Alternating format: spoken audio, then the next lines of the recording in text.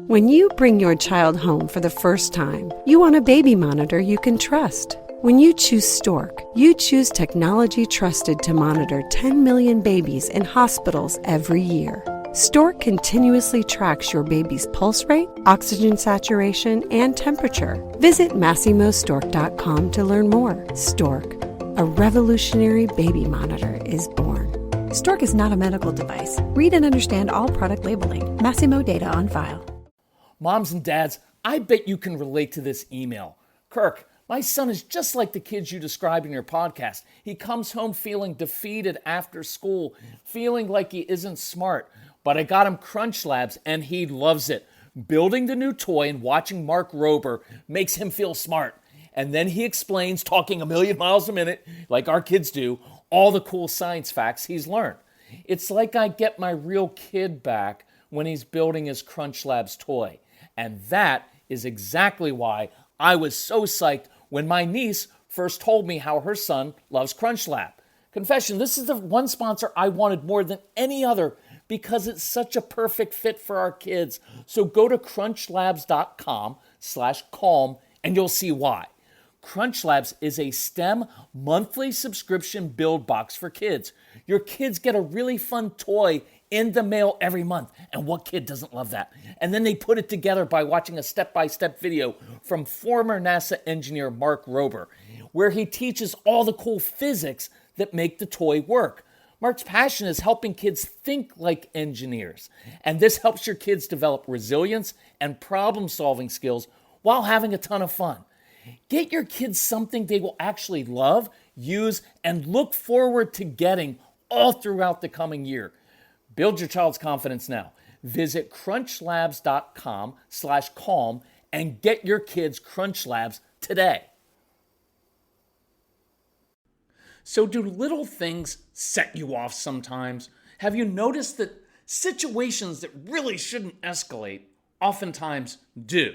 Well, little things set me off, so that's what we're going to talk about today on the Calm Parenting Podcast. So welcome. This is Kirk Martin, founder of Celebrate Calm. You can find us at Celebrate Calm. If you need anything at all, email Casey, that's our strong-willed son, Casey, C-A-S-E-Y, at celebratecalm.com. Tell us about your family, what's going on. We will provide some recommendations and some tips. If you're interested in our materials, we have a New Year's sale going on right now at celebratecalm.com, but we can put together a custom package for you within your budget. It's what we're here for, to help you out. So let's dig into this. By the way, Happy New Year. Hopefully 2021 is going to be much more awesomer than 2020. We have noticed we're starting to get calls now and emails from PTAs and schools and churches and foster care and adoption agencies wanting us to come train parents and teachers. So contact Casey for that because we're excited to get back out there and see you in person.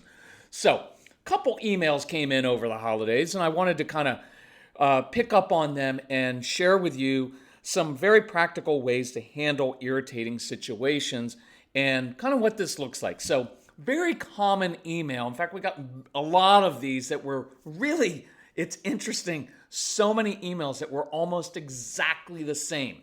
So we're letting our kids open one gift a day to let them enjoy the gifts. And so my daughter was getting one of the gifts out of the stack of gifts. And this is what mom and dad emailed and said, so I asked her to stack the other gifts nicely. Now, I'm going to jump in here really quickly. Here's the deal. They're kids. They're not going to stack the other gifts nicely because they're excited to get to the gift and because they're 7 or 9 or 14.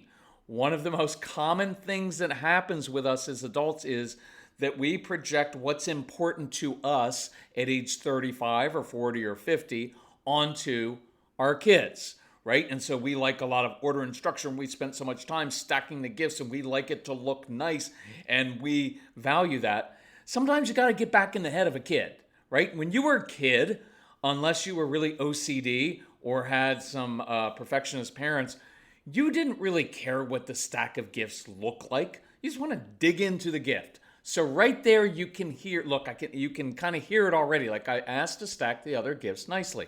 Now, is there anything wrong with asking that? No. Is it a reasonable expectation of a parent? Sure. But are they really going to do it? No. And so from the get-go, you can hear where this is going, can't you? So my wife said I was already kind of irritated, and so there was tone in my voice when I corrected my daughter. And my wife said that I ruined the moment for her and everyone else by turning a happy moment into a negative one. Kudos to you, Dad, for admitting this. I do this often. It's little stuff that shouldn't affect me or trigger me. And I didn't remain calm, but I expected my daughter to remain calm. So I get it. So let's go through this. What do we do differently next time? How do we handle our triggers? Now, first, I will affirm you and say that I get this because you are tired, you're stressed, you've got work, you've got aging parents, we've got COVID, you've got challenging children. I get it. Little things set you off. The reason I know this is because little things irritate me more than big things. If you ever listen to the ADHD University series, you'll hear about what's going on in your child's brains. And so that's why your kids, it's why it happens with your kids, right? Like little things really set them off. Transitions, losing at a game, because they've got these brains that are very, very, very, very busy. So when big things go wrong, or when something large happens, well, that's very stimulating for the brain. It actually helps your kids focus. It's why we like making things a challenge. See, when big things go wrong in my life or there's a big challenge, it's like, boom, now I'm focused. Now, okay, how do I overcome this? But see, I have this very, very busy brain, so when little things are off, it really messes with my sense of order. I personally have a high need for order and structure. So one of my biggest triggers was coming home from work and there were Legos all over the floor. And immediately, within half a second of stepping into my home after work, I was irritated because, see, at work, there's usually not Legos all over the floor because we're working with adults. Think about this sometime. And I mention this a lot when I'm working with dads. We like work. The office is awesome because it's all adults. There's a lot of order and structure. It's why I think that my dad was very comfortable in the military, because everything is done by process, by rank. Your relationships with people are already determined by your rank. And so at the office, I know how things work. I can send out a memo. For those of you who are young, in the olden days, we actually wrote written memos to people. But I can send an email to someone, and if they work for me, they have to do it. Well, when I walk back in my home, there's a bunch of emotional, immature, well, I am too, but immature little kids there, and they don't work for you. I know that's what you think because you're the authority figure, but they're not your subordinates as far as like work goes, and they're just not going to do things the right way all the time. And so it's irritating. So I have that high need for order, and when that need for order, see, I want those gifts stacked nicely and neatly, because when they're not, all of a sudden I get triggered inside, and boom, one little thing is setting off this chain reaction, right? And your tone becomes just a little bit irritated or a little bit demanding. You're not yelling yet. You know what? You're not even yelling yet. There's a little bit of a tone. There's a little bit of irritation in your voice. It's a little bit demanding, and your kids can hear it, they feel it, and they react to it. And you, in a very subtle way, just set off this chain reaction that demands the peace, because everybody feeds off of it. And so if you struggle with this, here's what I would do. First step, just be aware of it, right? I know that sounds kind of simple, but be aware of what irritates you. If you want, you can even write down your triggers. In fact, I would encourage you, write down your triggers, right? The awareness of this really irritates me, and doing a little bit of introspection, not too much, but a little bit to know, I've noticed my pattern is when I come home from work or when I walk into a room and little things are askew, it just does something to me, right? Know your triggers. Number 2, practice not getting triggered. So you experience a situation and it's bothering you. Inside, you can feel it, right? And you want to react. You want to correct your child. You want to make a comment. You want to fix it. And that's normal. Look, none of this is abnormal. There's nothing wrong with you. But what I want you to do is practice just sitting there.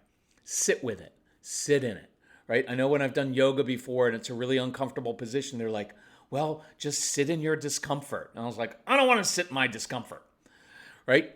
But sit in it. Don't fix it. Don't try to lecture. Don't try to teach or show or explain or anything. Literally do nothing except live with it to see that it doesn't have to ruin your day, that you can actually deal with this lack of order, that you can deal with your child having a little bit of a tone in their voice. Live with it. Number 3, then do the opposite. Instead of correcting, let's point out a positive. This is what you want to say. Sarah, stop grabbing the gifts that way. You're messing up the pile, and I worked really hard to make it nice, and after all that your mother... Does that ever end well? No. But this is what I want you to actually say, even though it bugs you. Sarah, I love the way you braided your hair this morning. Sarah, what do you think's in that box? Sarah, I wish I had your enthusiasm. Then watch. Watch and observe how different the whole interaction is. Notice how your daughter smiles. Notice how your wife breathes deeply and exhales and relaxes and reaches for your hand. Notice how you were irritated inside, but you took a different action and you got a different result. You're still not happy about the way your daughter did something, but it didn't ruin your day or hers or your wife's. You changed the outcome of the situation by controlling the one thing, the only thing in the entire world that you have control over, and that's yourself. And that's a pretty cool thing. So make this about you, right? What is it that irritates you? Mom, maybe is it that your child, maybe your daughter has a little bit of attitude when she responds to you. And you have every right to lay into her and to correct her and begin your sentence with young lady, which always works really well. You have every right to do that, but it doesn't work. And notice that trigger that it sets you off because after all you've done for her, and that's your issue because you've done too much for your kids, right? And you're resentful toward them. That's your issue and you can change that. Or maybe it's that you fear that she's going to become a disrespectful person in life and people aren't going to like her and they're going to judge you because how could you raise a daughter who's so disrespectful? But you kind of know that's not true because other people love your child. It's just you who doesn't. I'm kidding. You love them. But they're difficult for you.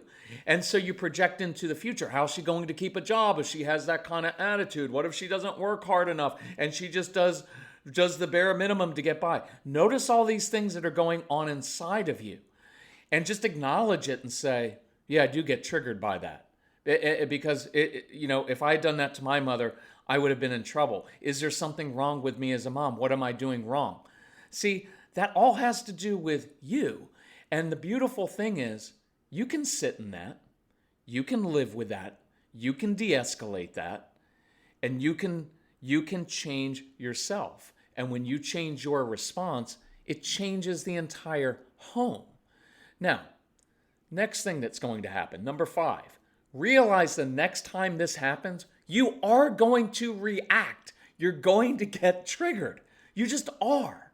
And that's good because it means you're not a robot. It means you're human and it means you're normal. So you take a deep breath and you beat yourself up for like 3 seconds, but that's it. I don't want any of this stuff of guilt trips and feeling bad about yourself for the rest of the day. Acknowledge it that you messed up. You apologize and reset. Hey, honey, I shouldn't have used that tone. I apologize. I shouldn't have reacted to you. You know what? It's not really about you. I'm just stressed and I took it out on you. I apologize. Then You regroup, you give the compliment. You're now practicing how to recover when you mess up. This may be the most important part of the entire process. It's not always about doing it well, especially in the beginning. You're going to probably mess up more than you do it right. And part of the beauty of this process is your kids are going to notice. That apology, that humility is huge for your kids. Number 6, the cycle will continue. Throughout your life, you're going to find that your spouse, your kids, and every other person you know is going to be irritating. But you're going to begin to master your triggers better over time. So you're going to go from winning maybe 30% of the time now to 50% of the time, and then 60%, and then 70%, maybe even 80%. You're always going to mess up some because you're human, and you're going to apologize, and you're going to find that you're going to regroup more quickly. So instead of an escalation taking like 5 hours and ruining the whole night or the whole afternoon, you'll find that you get it down to maybe an hour. And then you're going to find that you get it down to 15 minutes. And then you find very quickly by your own attitude, you can stop some of this stuff within minutes and even within seconds. And it's really, really, really, really cool. And so look, your kids will be quick to forgive you because you're trying and working at it. If you dig in and pull out the authority card because I'm the authority figure, well, guess what? The strong-willed child's going to kick up against that, and they're going to find all kinds of new ways to trigger you. Humility is a powerful, powerful tool, and if you want your kids to respect you and listen to you, I just encourage you, humility. I'm not talking about weakness and giving up your authority and giving in and just satiating your kids and letting them get away with things. Not at all. Humility is a very powerful place in life and is a very powerful thing to demonstrate to your kids, and they will respect it, and they do respect it. See, here's what I hear when we look at this situation. I hear an overwhelmed parent who wants to do his or her best reaching out and saying, I need some help. See, it's that humility. When I get those emails that said, I need some help, and especially when it comes from a guy, I'm like, that's like, what's that on It's a Wonderful Life when the bells start ringing and the angel gets his wings. Something cool is happening in the larger world here when I hear that. Because watch, life can be hard. You've got a lot of stress from work. You've got aging parents. You've got COVID. You don't even realize. Look, you don't even realize. I'm 54, so I'm realizing this stuff. You don't even really realize you're not really in control of most of your responses. Because humans, we're pretty proud, right? We're like, oh, well, it's just my choices. I just make good choices. Well, you're not in control of as much as you think you are. You've been conditioned by your own childhood, by societal pressure. You're conditioned, and so am I, by expectations you're not even aware of, right? I'm 54. I'm still dealing with insecurities that I have. I still respond in an immature way because in my heart, I'm still kind of a 4-year-old in certain areas. I'm still struggling with the fact that I never got the affirmation from my dad. I'm 54. I'm a fairly successful guy. I'm pretty good at doing this stuff. But it's still in there, right? And so it's just an awesome thing when people humble themselves and say, I want to change, right? It's the sound of relationships being restored, being strengthened. Look, this is what it means to me. It's the transformation of a little girl's face from shame and anger and a big frown to the satisfying smile that only comes from an affirming dad or mom.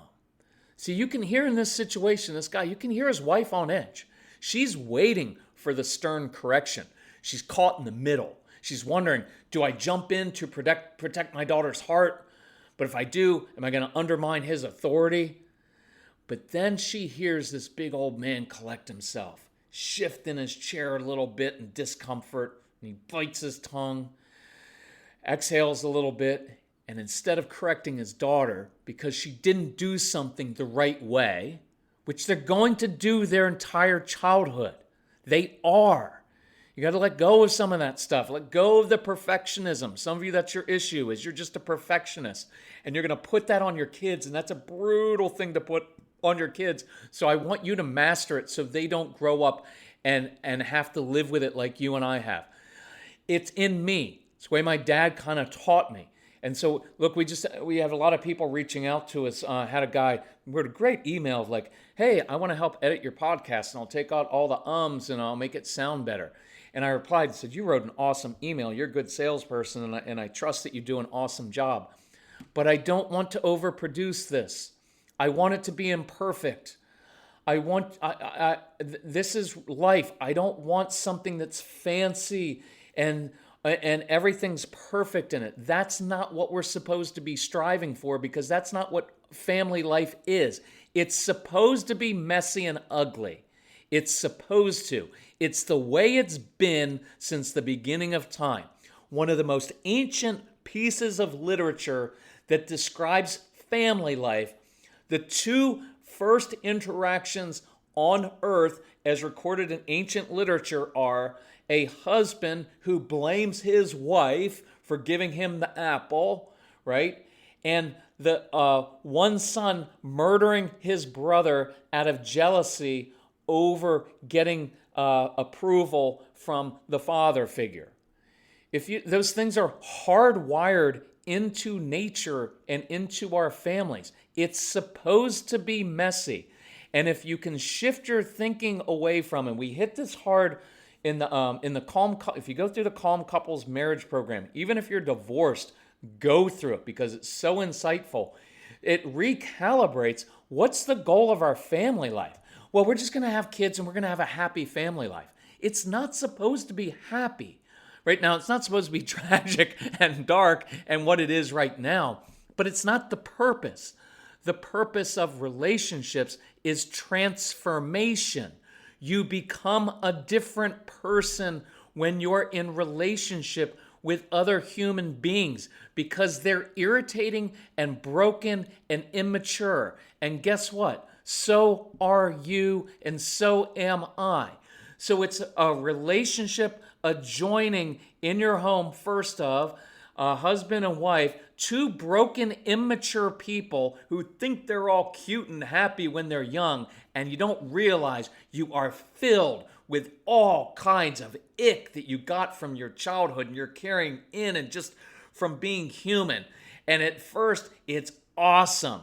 And then it starts getting a little irritating. And then you introduce into life a couple little irritating human beings who are by nature kind of wake up selfish and have all these needs. And their first concern isn't whether you're happy and getting enough sleep, right? They just need stuff all the time. And now husband and wife, well, we didn't talk about parenting style before we got married. And now all of a sudden, you're in this relationship where there's 3 or 4 people in a home. You're all stressed and trying to figure life out. Good. That's what it's supposed to be. And if you can embrace that and see, that's why we're like, well, I'm just not happy in my relationship. Who says you are supposed to? You're supposed to be uncomfortable. You're supposed to be coming to grips with your brokenness, with your immaturity, and the fact that you don't respond to, well, but my spouse, well, he just is. Of course he does. He's irritating as crap. That's why I wouldn't marry him. But guess what? You're not any better. Now, you may be a little bit better because sometimes men aren't great at the self-awareness thing. But in the scale of things, you don't respond to things that well either. But we're human, so we always take it. What do? Get together with your friends and say, listen, this is why my marriage is really struggling. It's because of all of the things that I'm doing wrong. That's not what we do. We talk about our spouse, right? But they're not. Well, he doesn't care. He's not emotionally available to me. Well, you married an engineer. Like, what were you expecting, right? Were you expecting some deep emotional talks from the engineer, from the guy who can put things together really well and organizes? You saw that early on when you guys went away on your first trips or camping trips and he had everything in order and it had to be just so. You saw that, but you married him anyway. And then you introduced a few kids into the scene and now his entire sense of order and structure is ruined and he's freaking out. That should not have been a surprise. It only is because my brother was a pastor who married us, but none of the pastors and priests, most of them don't tell people what you're getting into when you're getting married. And so we got this false sense of like, oh, it's happiness. And we just need to learn each other's love language. No, you don't. Now that's important. It's good. I know my wife's love language. I know what my love language is. I know that. But that's just, look, I just want us to embrace the fact that it's supposed to be difficult so that you can grow up and so that I can grow up and we can learn humility and patience and respect. Because, anyway, you get what I'm saying. So now, his wife looks over and holds his hand. And this big old grown man is learning how to work through his triggers, to sit in his discomfort, to accept this lack of order in the home that usually irritates him to his core. And it still does. But instead of reacting to it, he owns it. And he turns it into a positive. And that little girl is not in tears. She's looking up at her big old dad who just told her, "You look beautiful in your dress." And because one man or one woman determined that they needed to change, not change his daughter, not change his wife, not change what irritates him, his entire family life is going to be different. His relationships are going to be different. See, that's the best gift ever. That was my best gift this Christmas, was the emails of people who are like, this is home that's changing. And this is better than a New Year's resolution. This is the sound of a family changing for generations to come. And that's what I'm inviting you to do with us in 2021. Come join us on this adventure. Come join us. I wasn't planning to say this. On growing up. Let's freaking grow up in 2021. Let's do it. Because in your marriage, one of two things is going to happen. You're either going to grow up or you're going to grow apart. Right? Let's become a new person. Right? This isn't about self-help and I'm gonna exercise a little bit more and I'm gonna do this a few times more. No, I just want to I'm gonna become a new person. I'm gonna create a new family. That's a lot better than just putting window dressing around the edges. You can have, and I can have, a different family life. And it's going to lead you to places you've never been before, inside yourself. There's stuff in there that is holding you back, that is constricting you, and you're not happy because you're always on edge and you're always anxious because you're afraid because you want your kids to be so happy and you're worried about everybody's happiness and you're not even happy. Think about that for a minute. I know this is going a little bit long, and Casey may say, Dad, you've got to re-record this, but I'm really enjoying this. Think about it. Moms especially out there. You spend almost all your waking hours trying to make sure that everybody else is happy, but what do you notice? You're not truly happy. So how can you lead other people to happiness when you're stressed and worried and anxious and not even happy and relaxed yourself? Think about that. It's a really cool thing if you can embrace it. So we're going to go places within ourselves, but it's also going to lead with a deeper connection to your kids, to your spouse, to yourself, to your friends. It is an awesome thing.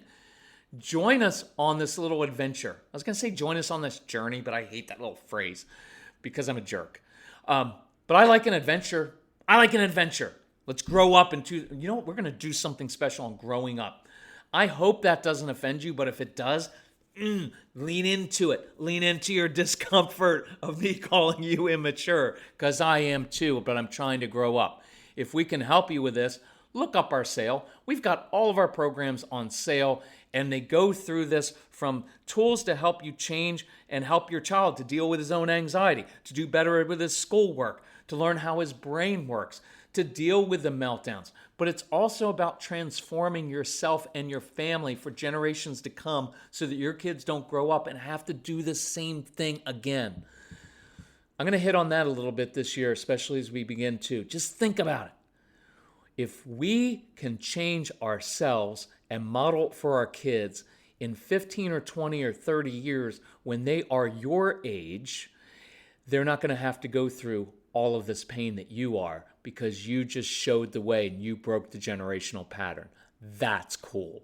Hey, thanks for listening. please share the Calm Parenting Podcast. Reach out to Casey, Casey, at celebratecalm.com. We'll help you out. If you want to schedule a live event, do it. Reach it out to Casey. We'd love to meet you in person. Love you all. Thanks for listening. Talk to you soon. Bye-bye.